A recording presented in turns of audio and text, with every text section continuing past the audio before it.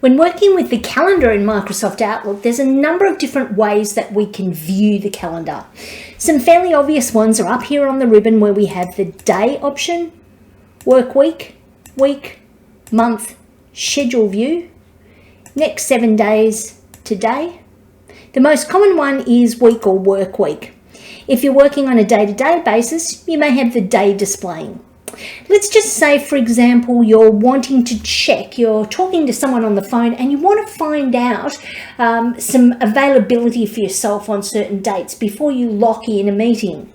So whilst you can click on your calendar and drag to select a number of dates, it will highlight just those dates so you can compare them side by side. But if you want to select random dates, you can simply click on a date, hold down the control key on the keyboard and click on any other dates. And those dates will display side by side. That's really helpful for just checking your availability over a period of time. As far as being able to quickly look around the calendar, there's a dividing line here that when you rest your mouse pointer on it, turns into a double-headed arrow. Dragging it to the right, sort of the width of a column, enables you to create a bigger display here so that you can see more space of the months, etc. Down the bottom, you have a double-headed arrow as well. This enables you to reduce that spacing.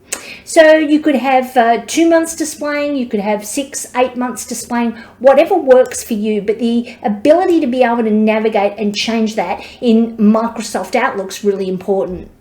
So that's how you can quickly and easily select different dates on your calendar and just change that calendar display to a slight degree in Microsoft Outlook.